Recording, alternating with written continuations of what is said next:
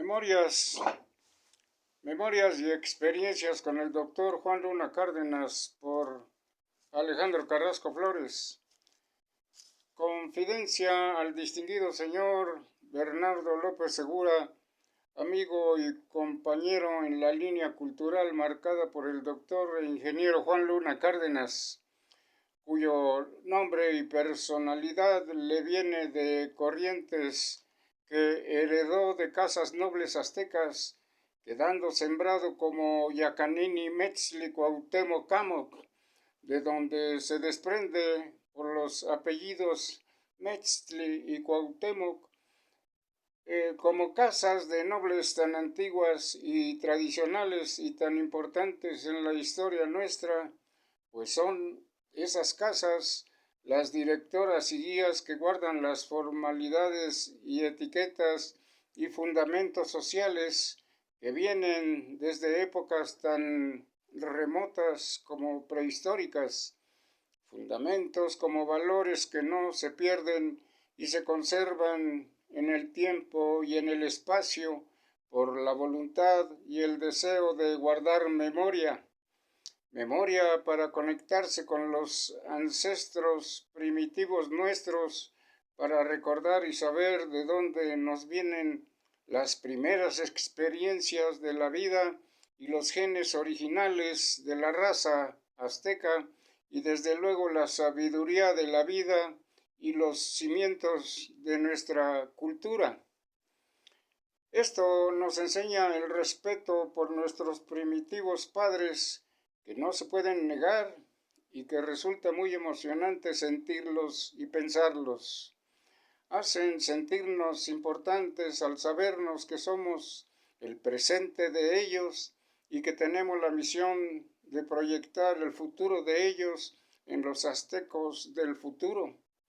Esto dicho, amigo Bernardo, es concepto de nuestra inmortalidad azteca. Envueltos en esta filosofía, amigo Bernardo, nos amparamos y fortalecemos individualmente y racialmente. A mí, en mi caso personal, me hace sentirme atado y ser parte de manera importante en algo tan especial como es lo azteca. Son cosas que comprendí e hice conciencia de ello por las enseñanzas de nuestro maestro, el doctor Juan Luna Cárdenas. Pero quiero mencionar cómo lo conocí. Cursando el nivel educativo de la enseñanza de la secundaria, ya la hice en secundaria nocturna. Corrían los primeros años de 1970. En la materia de Historia de México tuve como maestro a don Carlos Muñoz Angulo, quien tenía trato y amistad con el doctor Juan Luna Cárdenas, a quien mencionaba por su obra escrita Origen del Hombre Americano, donde sostenía el doctor en una científica exposición el autoctonismo del hombre en América, cosa novedosa para mí, aparte de atractiva. Otra cosa llamativa y atractiva fue ver una escritura que hacía don Carlos en el pizarrón, también novedosa y clara, fuera de formas españolizadas, y que dicha escritura, él, mi profesor, había adoptado el sistema de escritura formulada por el doctor. Pero no solo era ver la aplicación de un alfabeto especial para un idioma tan evolucionado como el azteca, sino además de darnos las voces originales que, alteradas por otros por su torpeza y poca ciencia, para saber respetar un idioma tan culto como el azteca. En su clase de historia, don Carlos nos daba apuntes que anotábamos en nuestros cuadernos. Así que era muy emocionante saber escribir voces originales, bien escritas y bien pronunciadas, de nombres de cosas, de lugares, de personas. El doctor Juan Luna Cárdenas era mencionado por don Carlos con el tema de las teorías del origen del hombre americano, que de todas la más aceptada en los círculos oficiales es la de Paul Rivet, pero para nosotros es desbaratada y otras más por la ciencia del doctor Juan Luna Cárdenas. Su teoría es mencionada en el libro que el doctor le editó y que se titula Historia de México, aunque en ningún libro de texto oficial aparezca la teoría de nuestro doctor. Así que esto nos hace ver que penetrar en los medios oficiales es imposible, pero no tanto en sociedades culturales. Más referencias hacía don Carlos del doctor, como que era el fundador de la Academia de la Lengua Azteca. Cuando le oí decir eso y que él, don Carlos, decía que no se iba a morir hasta saber hablar el idioma azteca, me contagió de esa emoción tanto que pedí me llevara para aprenderlo también. Y me llevó para presentarme al doctor, que estaba instalado en ese entonces en el club de periodistas en la calle de Filomeno Mata. Recuerdo cuando lo conocí, él estaba ocupado con dos personas, eran sus discípulos, el licenciado Raúl Romero y el otro, un hombre de origen olmeca. Don Carlos entró primero para llamar al doctor y yo esperé. Salió de su despacho a recibirme, cosa que me sorprendió por ese gesto de atención a mi persona. Y más sorprendido quedé al ver su figura. Era un hombre muy alto para mí, se veía muy fuerte y de una edad entre los 70 años y figura que inspiraba mucho respeto. Su voz fue apacible cuando me invitó a pasar, cosa que daba una atmósfera de cordialidad al momento para mí. Aun cuando en ese día había un curso de riguroso espacio esotérico. Cuando se juntaron otras personas, yo fui incluido. Era un sábado que se repitió en adelante y cada sábado podía yo entrar en un curso que no solicité y que sentía yo que no cabía en ese curso, ya que inicialmente mi interés era la lingüística azteca. Dentro de ese grupo había alguien que se advertía como el más adelantado y era el licenciado Raúl Romero. A mi juicio, notando su inteligencia, anticipaba yo el sucesor del doctor en él, cosa que con el tiempo ese lugar para mí pasó a otros dos muy inteligentes a los que yo invité medio año después, Narciso Álvarez Calderón y Álvaro Calderón Ayala, ya que el licenciado Raúl Romero se había separado del grupo esotérico como todos los demás, abandonando a nuestro gran maestro mucho tiempo antes. Fue ese abandono.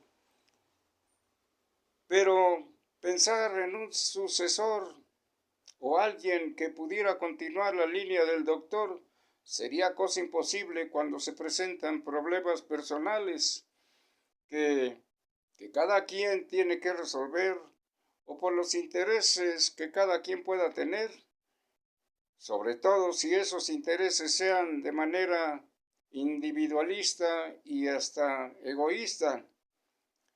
Te comento esto porque cuando yo pasé más de 20 años de estar al lado del doctor, vi llegar mucha gente, pero toda esa gente llegó y se fue. Cuando Cuando podemos imaginar al doctor como un gran mar de conocimiento, había que ahogarse en ese gran mar. En vez de eso, muchos que llegaron a ese gran mar solo se conformaron con mojarse un poco los pies. Cuando yo adelantaba un poco sobre el idioma azteca, en la secundaria pude animar poco a poco a los compañeros de los beneficios de aprenderlo. Llegué a tener en lista más de 70 inscritos y fue cuando se me comisionó para dar el curso inicial, pasar lista, cobrar cuota y controlar la disciplina grupal, cosa que hacía yo con mucho gusto por ganarme esa distinción y cosa que me hacía sentirme parte de la academia y ser un colaborador y tener la confianza de mi maestro, el doctor Juan Luna Cárdenas. Pero imagínate tú, amigo Bernardo, que estar al lado del doctor no es cualquier cosa, así nomás. Se trata de estar al lado de un príncipe nuestro y que además fue un gran sabio. Pronto me convertí en su asistente y acompañante y en no pocas ocasiones me dio tareas de ir a la biblioteca de la Sociedad Mexicana de Geografía y Estadística a consultar la obra monumental de la Enciclopedia Espasa y Calpe para sacar artículos diversos para las investigaciones que el doctor hacía. Y te comento que él fue presidente del área de semántica en esa sociedad, que fue fundada en el siglo XIX. Debo decirte que cuando me acerqué a conocer al doctor, él manejaba la ICA, Instituto de Cultura Americana, en la que yo quedé inscrito como estudiante. Esta institución estuvo afiliada a la UNESCO, que es de los departamentos de las Naciones Unidas. Has de saber que la UNESCO es el sector para las sociedades artísticas, científicas y culturales del mundo. Así el doctor tenía relación con sociedades para intercambio de información y relaciones culturales. Así te darás cuenta que nuestro doctor tenía prestigio en América y Europa, y desde luego en México, aunque con ciertos enemigos en nuestro país. Pero desde luego, la Academia de la Lengua Azteca fue conocida fuera de México. Por ejemplo, el escritor Carlos de la Cuesta de España lo menciona como también a nuestro doctor. Menciona la academia y menciona a nuestro doctor. Destaca este escritor la importancia que tiene tanto vocabulario del idioma azteca que ha sido adoptado por el español, por el idioma español y otros. También habla acerca del malacate, que fue aplicado para el desarrollo de la industria de hilados y tejidos, adoptado por Inglaterra durante la Revolución Industrial, haciendo el escritor español un reconocimiento especial al ingenio azteca. También debo decirte, amigo Bernardo, que parece ser que soy el único sobreviviente de la Academia de la Lengua Azteca, pues Narciso está muerto y su tío Álvaro, Aurelio y Ciro quedaron apartados de todo compromiso y relación cultural. En el caso de Álvaro, él mismo me lo hizo saber y los otros no supieron ni se interesaron en desarrollar. Parecían piedras. A cerca de 100 años de la fundación de la Academia de la Lengua Azteca y del primer trabajo lingüístico hecho por el doctor ingeniero Juan Luna Cárdenas, desaparecerán cuando yo tenga que ir al Atletia con mi muerte. pues no hay nadie que me siga. Pero quiero decir que no exactamente a mí, sino la línea del doctor, que casi estaba solo acompañado por unos pocos de sus discípulos, que entre esos pocos me cuento yo, y de sus hijos, ninguno, nunca de ellos asomó a escucharlo en alguna ocasión. Y yo conocí a Olin, ingeniero civil, y conocí a Xochitl Matsayani. A Cuauhtónal lo conocí de niño, pero estos tres, como hijos de un príncipe, debieron cumplir, pero quedaron fuera de toda actividad cultural, no entendieron el deber y el cargo de la nobleza. Su nombre azteca solo les quedó de nombre, no les cupo la responsabilidad. En cambio, a nuestro doctor, o mejor dicho, en cambio, nuestro doctor, el príncipe Juan Luna Cárdenas, cargó solo una lucha de enorme peso que tomó del movimiento de los primeros independentistas aztecas, que fueron los príncipes del Real Colegio de Tlatelolco, como Acualani Metzli. El sentido de lucha de los príncipes fue más cultural que bélico, concepto que el doctor nos transmitió. La lucha es una guerra, pero de inteligencia.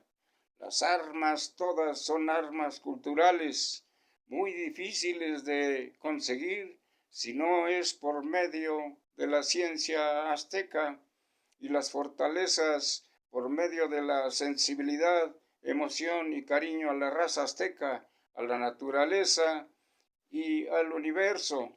Soy Alejandro Carrasco. Es por el momento algo de lo que podemos comentar, amigo Bernardo. Muchas gracias.